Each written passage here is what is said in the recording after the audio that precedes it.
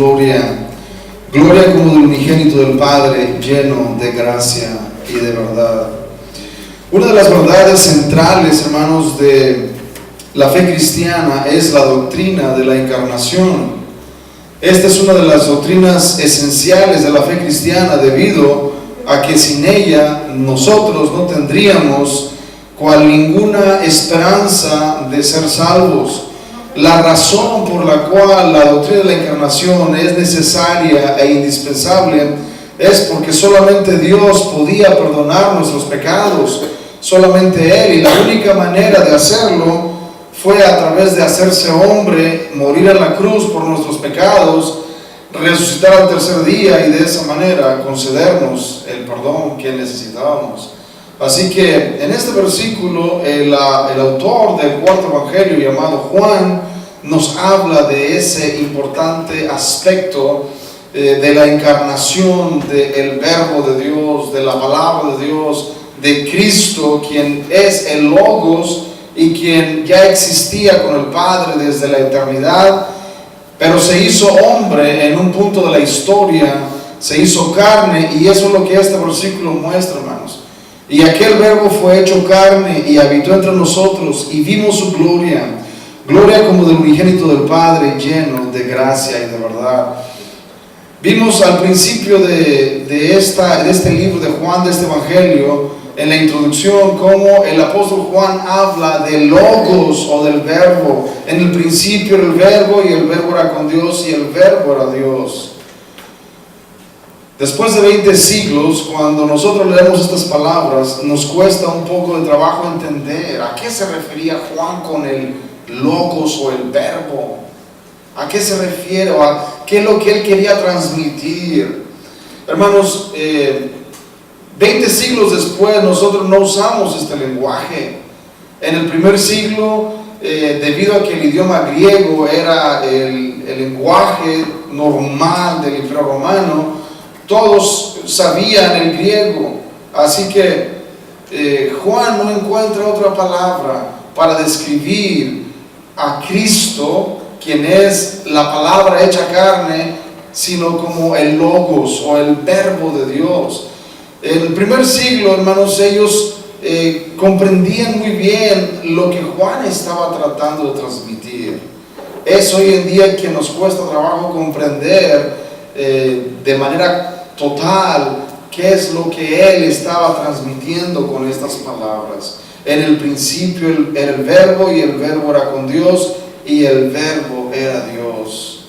Sin embargo, 20 siglos después nosotros podemos entender claramente que el apóstol Juan se estaba refiriendo a Cristo como el verbo de Dios, como el Logos.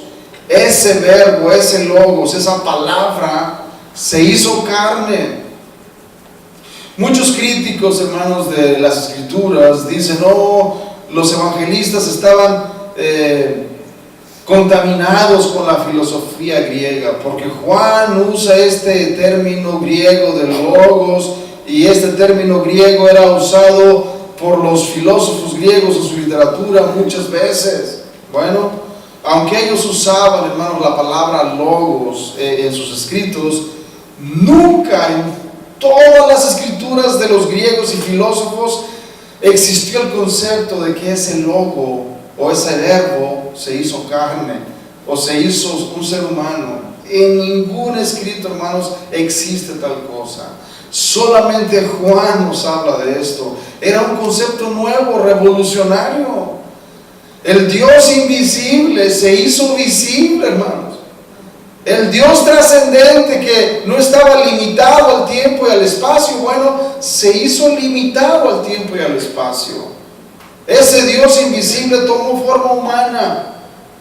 Y el versículo 14, Juan dice que vivió entre nosotros, habitó entre nosotros, y vimos su gloria, gloria como del unigénito del Padre, lleno de gracia y de verdad. Así que aunque los griegos ya usaban ese término, hermanos, Logos, ellos nunca lo usaban de la manera como el apóstol Juan lo usa en su evangelio.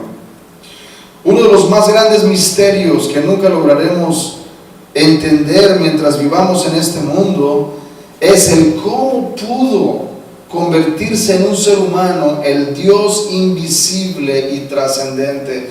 Eso nunca lo podremos comprender. ¿De qué manera, hermanos? Dios pudo convertirse en un ser humano. Hasta la fecha, esta es una gran piedra de tropiezo o un gran problema para aceptar que esto sea verdad a la religión islámica, por ejemplo.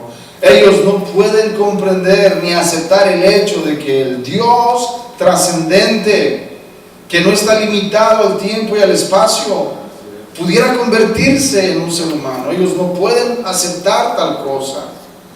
Y estoy seguro, hermanos, que ninguna de las religiones de este mundo aceptan tal cosa. Solamente la fe cristiana enseña que eso fue posible a través de la encarnación. La encarnación. Dios se hizo carne. Dios se hizo hombre. Hermanos, el solo pensamiento de este concepto no nos alcanza nuestra mente para entenderlo.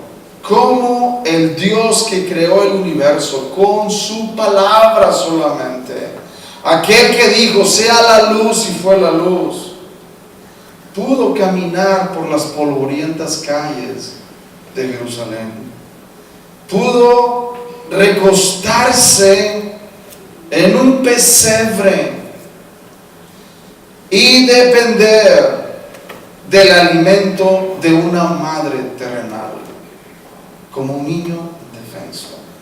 Hermanos, esto yo no logro entender. Es un misterio. Es un misterio. ¿Cómo pudo eso ser posible? No lo sé. Y Juan, hermano, no trata de darnos la respuesta a esa pregunta. ¿Cuál es el mecanismo que se usó para que el Dios se encarnara? Para que el Dios trascendente e invisible se hiciera visible y pudiera estar sujeto al tiempo y al espacio. ¿Cómo pudo ser eso posible? Juan no nos dice, hermanos. Juan no nos dice el cómo, ni nos explica de qué manera. Solamente afirma esa verdad. Que ese verbo se hizo carne. Que ese logos, esa palabra que ya existía, se encarnó. Se tomó forma humana, vivió entre nosotros. Quiero dividir, hermanos, este versículo en tres partes y son de la siguiente manera. Primero, el verbo habitó entre nosotros, el verbo manifestó su gloria. Y número 3, esa gloria se hizo manifiesta especialmente en la cruz. Yo estoy convencido, hermanos, de que estos tres principios o estas tres verdades o proposiciones son las que Juan usa a través de todo su evangelio. Y él intenta probar y demostrar en todo su evangelio estas tres verdades. Que ese verbo habitó entre nosotros. Ellos fueron testigos de esto. Y que ese verbo manifestó su gloria. Y que esa gloria del verbo se hizo especialmente manifiesta y visible en la cruz, o en lo que nosotros conocemos como la crucifixión de Cristo. Así que lo primero es el verbo habitó entre nosotros. La palabra griega que el autor utiliza, hermanos, en este versículo, literalmente significa construir o hacer su tienda o tabernáculo. Cuando el apóstol Juan dice que y aquel verbo fue hecho carne y habitó entre nosotros, literalmente nos está diciendo, y él construyó su tienda, puso su tabernáculo en medio de nosotros.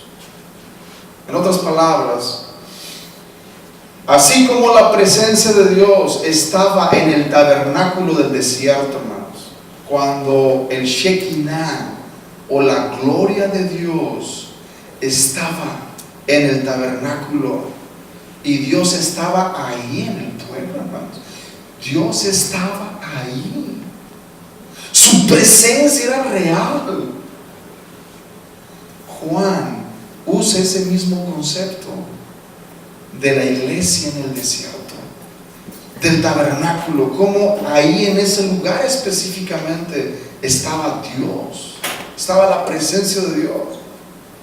Ahora, hermanos, la persona de Cristo viene y Él está presente, Dios mismo está presente entre nosotros, habitando entre nosotros.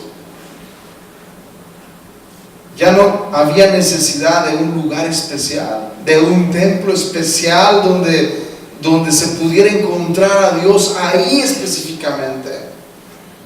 Porque ahora el Dios trascendente estaba entre nosotros, habitó entre nosotros, puso su tienda entre nosotros, puso su tabernáculo entre nosotros. Tal vez el objetivo del apóstol Juan era enfatizar el hecho de que Jesucristo era una persona real de carne y hueso y no un mero espíritu fantasmagórico que parecía ser una persona, tal como lo afirmaban los gnósticos. El autor de Hebreos enfatiza esta misma verdad para demostrar que era necesario que el Mesías fuese totalmente humano al participar de carne y sangre. Muy posiblemente el apóstol Juan también tenía este deseo, hermanos, de transmitirnos esta verdad, ya que en el tiempo en el que él vivió, había un grupo muy conocido llamado los gnósticos, quienes afirmaban que Cristo no era una persona real de carne y hueso, sino era un espíritu, quien parecía ser una persona, pero no era una persona, era un espíritu solamente. La razón para esta afirmación era porque ellos enseñaban que la materia era mala y que Cristo no pudo tener un cuerpo físico, porque el cuerpo físico es materia y por lo tanto es pecaminoso, y eso contamina a la divinidad. Por lo tanto, ellos decían, Cristo no fue un ser humano, parecía un ser humano, pero no era un ser humano. Hermanos, esta herejía azotó a la iglesia en el primer siglo, segundo y tercer siglos. Esta herejía estaba arrasando a las congregaciones. Y el apóstol Juan, cuando escribió su evangelio, cuando escribió sus epístolas, especialmente las epístolas, vemos claramente que él dice: todo aquel que niegue que Cristo ha venido en carne, que dice es un anticristo, ¿no es cierto? Es un mentiroso, es un anticristo. El Espíritu de Dios no está en él. ¿Por qué Juan afirmó esto, hermanos? Porque los gnósticos estaban afirmando que Cristo no era un ser humano, que Él parecía solamente ser una persona, pero que era un espíritu solamente. Así que cuando Él habla y dice que ese verbo habitó entre nosotros, fue real, no era un espíritu, no era una mera aparición, no, era una persona real de carne y hueso. El autor de Hebreos nos dice, hermanos, algo muy similar a esto, ahí en Hebreos 2:14, cómo el Mesías, cómo Cristo tuvo que participar de carne y sangre. Vayamos a Hebreos capítulo 2, versículo 14, dice: así que por cuanto los hijos participaron de carne y sangre, Él también participó de lo mismo. ¿Para qué? Para destruir por medio de la muerte al que tenía el imperio de la muerte, esto es, al diablo. El autor de Hebreos nos muestra también, hermanos, que Cristo no era una aparición espiritual solamente, sino que fue un ser humano de carne y hueso, que participó de carne y sangre, y que esto era necesario. ¿Para qué? Para poder destruir al que tenía el imperio de la muerte, esto es al diablo. Claramente, hermanos, la encarnación era necesaria, y Dios se hizo carne, Dios se hizo un ser humano, una persona como nosotros, sujeta a las limitaciones que nosotros tenemos. El punto número 2, hermanos, el verbo manifestó su gloria. Eso es muy interesante. El apóstol Juan nos dice, y vimos su gloria, gloria como del unigénito del Padre, lleno de gracia y de verdad. Pero hermanos, es muy interesante darnos cuenta que en todo el Evangelio de Juan no existe el relato de la transfiguración de Cristo. Fíjense bien esto. Ustedes leen todo el Evangelio de Juan y no encuentran el relato de la transfiguración cuando aparecieron al lado de Cristo Moisés y Elías, y sus cuerpos y sus vestiduras se volvieron blancas y resplandecientes. Hermanos, la gloria de Dios los cubrió, y los discípulos se quedaron asombrados con la boca abierta. ¡Wow! Ahora sí creemos que este es el Mesías. Ahora sí creemos que Él es realmente quien dice ser. Solamente los discípulos de más confianza vieron este evento.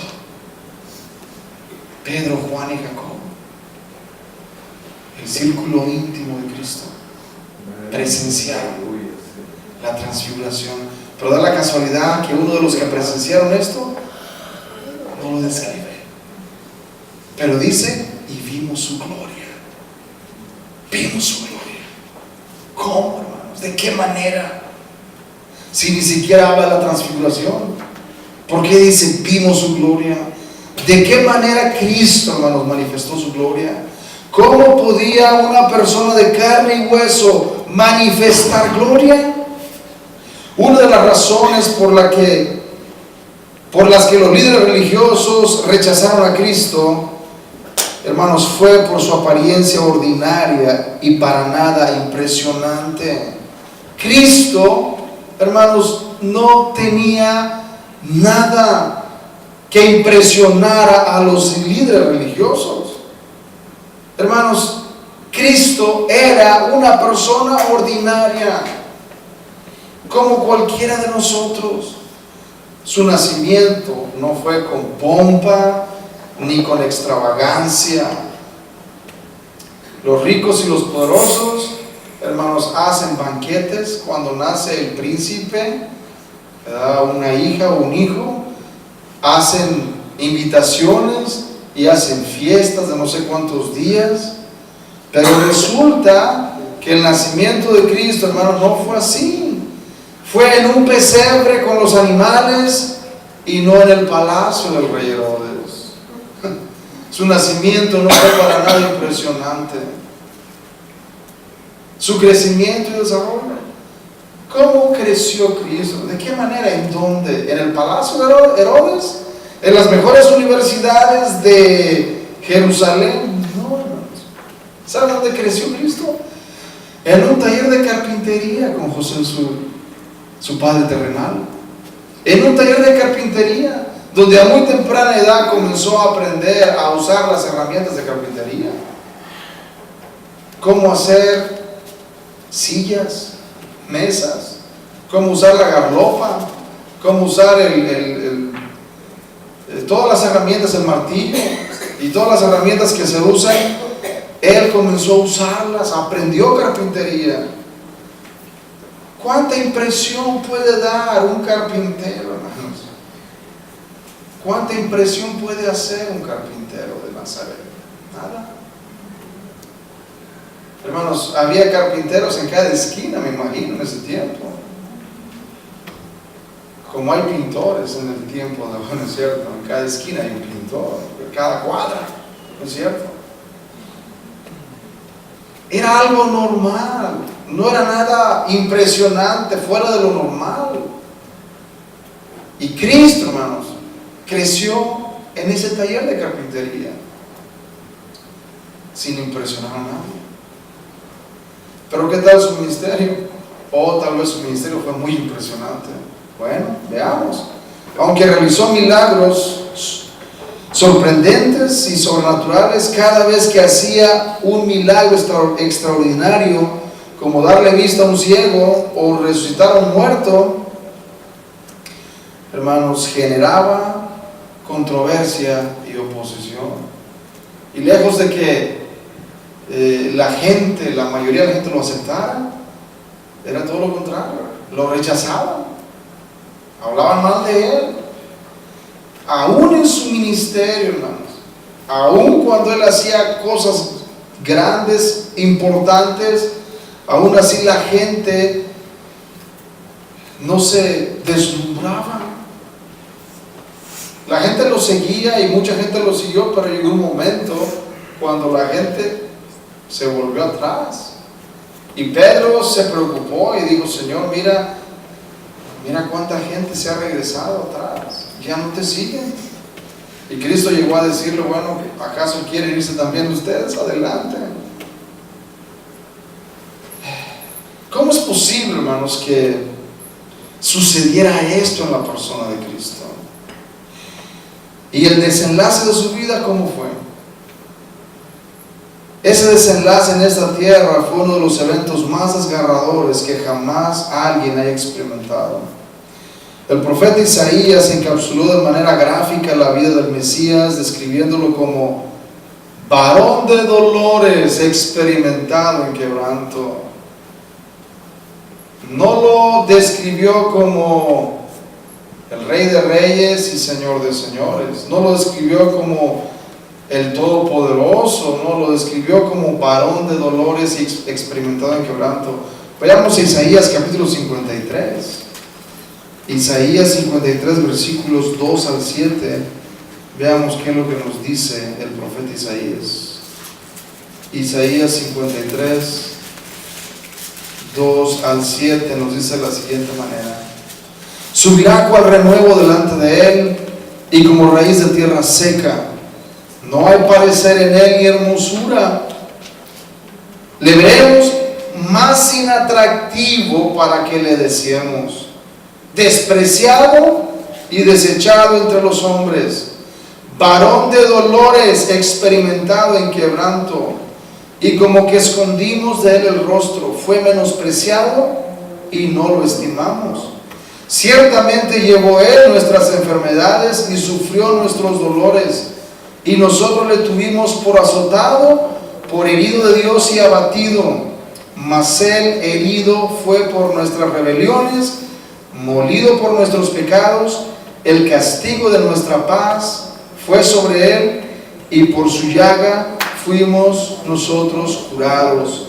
Todos nosotros nos descarriamos como ovejas, cada cual se apartó por su camino, mas Jehová cargó en él el pecado de todos nosotros.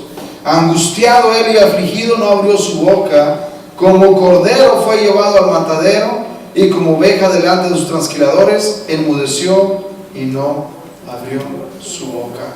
Hermanos, ¿dónde está la gloria en esta descripción que hace Isaías del Mesías? ¿Dónde está la gloria? ¿Dónde está la pompa? ¿Dónde está el brillo? ¿Dónde está el show? ¿Dónde está el poder y la gloria? ¿Dónde están los destellos de gloria? ¿Dónde están? No se ven aquí, hermano. No se ven. Lo único que se ve es sufrimiento. Lo único que se ve es martirio y sufrimiento. Y sin embargo, Juan dice: y vimos su gloria. Es tremendo, hermanos. Es tremendo. ¿Por qué Juan dice eso?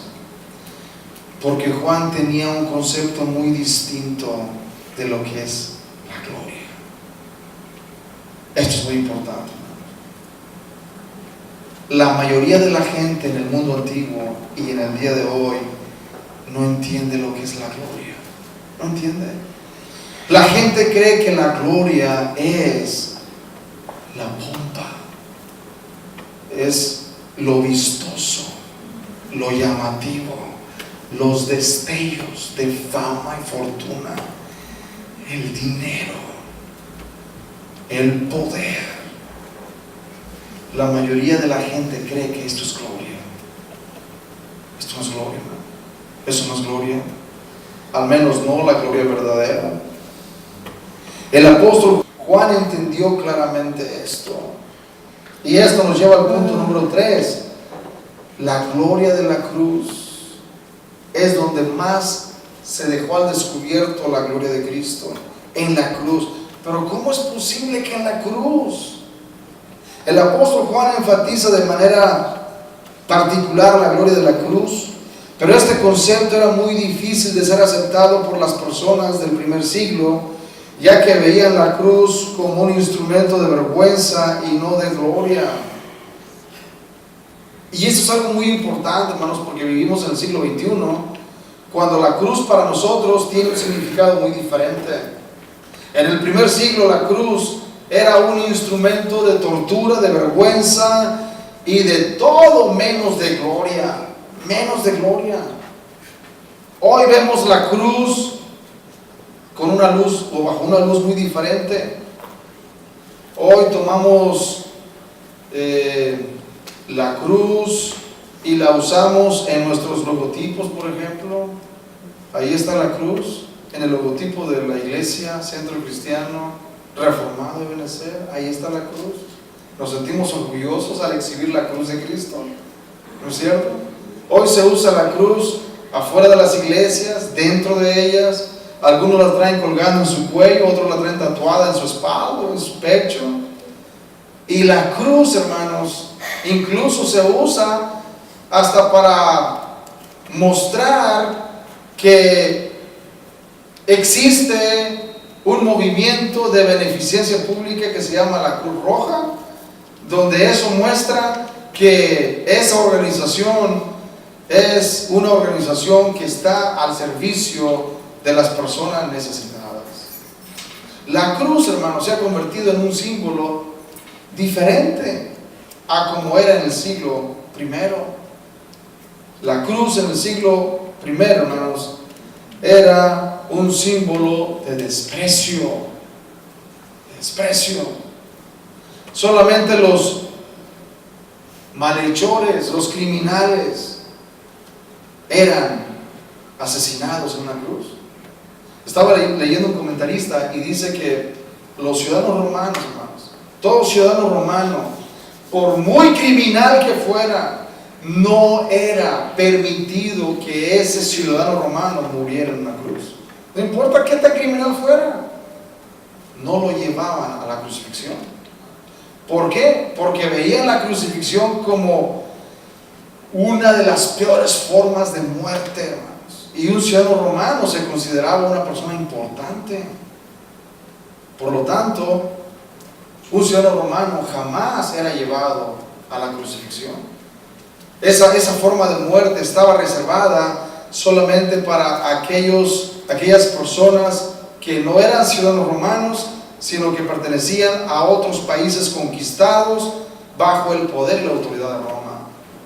Por lo tanto, la cruz, hermanos, era considerada como una forma de tortura, tormento y muerte de lo peor. No había nada de qué jactarse en la cruz del primer siglo. No había nada.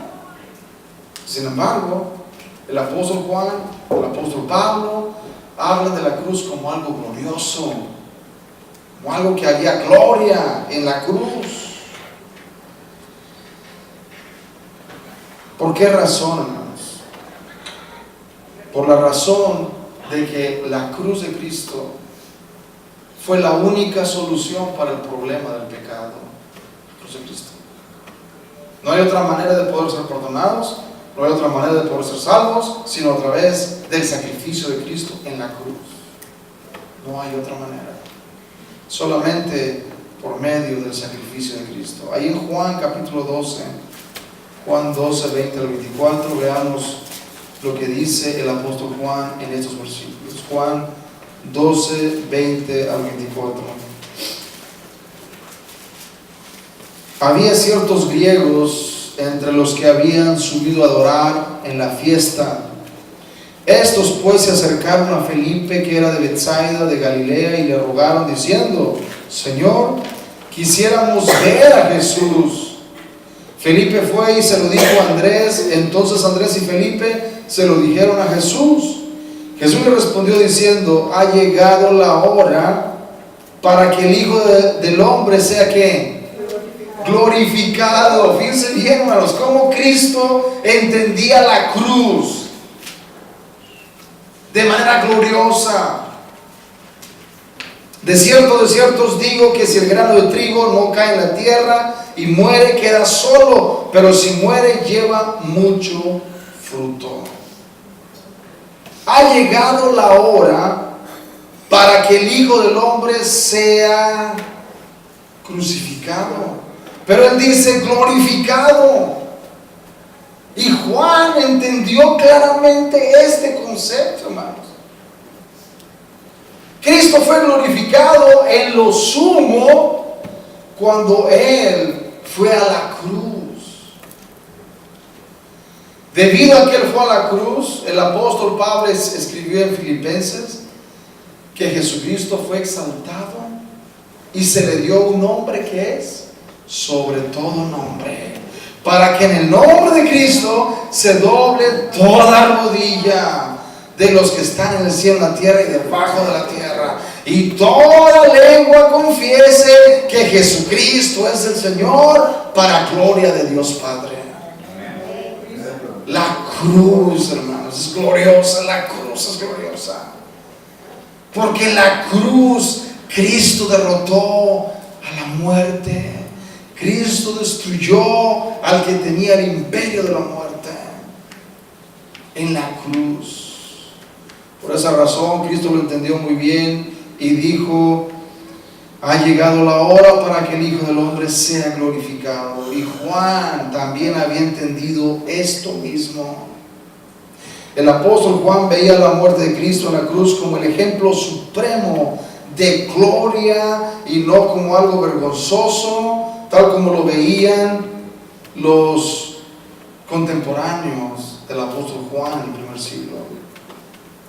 Como conclusión, hermanos, quiero decir que el concepto del apóstol Juan es central a la fe cristiana, no solo porque la crucifixión de Cristo es la única manera en que un ser humano puede ser salvo, sino también porque el ejemplo de Cristo nos muestra que la verdadera gloria se encuentra en servir y no en ser servidos. ¿Quieres tener gloria? Sirve. ¿Quieres tener gloria? Humíllate. Humíllate para que seas exaltado. Por eso alguien dijo que Cristo vino a reinar en un reino al revés. Porque el poder y la gloria que muchos líderes gobernantes persiguen es la gloria y el poder visible. Cuando todos les sirven a ellos, para ellos es gloria, es poder, ¿no es cierto? Poder. Pero Cristo dijo: no. La gloria y el poder consiste en servir a los demás. Servir a los demás. Termino con una cita que he traducido de un comentarista muy importante llamado Leon Morris, y él escribió lo siguiente: el llamado al servicio cristiano no es un llamado a ocupar algún puesto importante y agradable. Tampoco es una sugerencia de que si continuamos en la dirección correcta, todos van a hablar bien de nosotros. El llamado al servicio cristiano es un llamado a tomar nuestra cruz diariamente y a caminar en los pasos de aquel que por causa nuestra llevó su cruz. Esta es la esencia de la fe cristiana. La esencia de la fe cristiana es el servicio abnegado. No es que otros nos sirvan, no, es seguir el ejemplo de Cristo. Tomar nuestra cruz diariamente.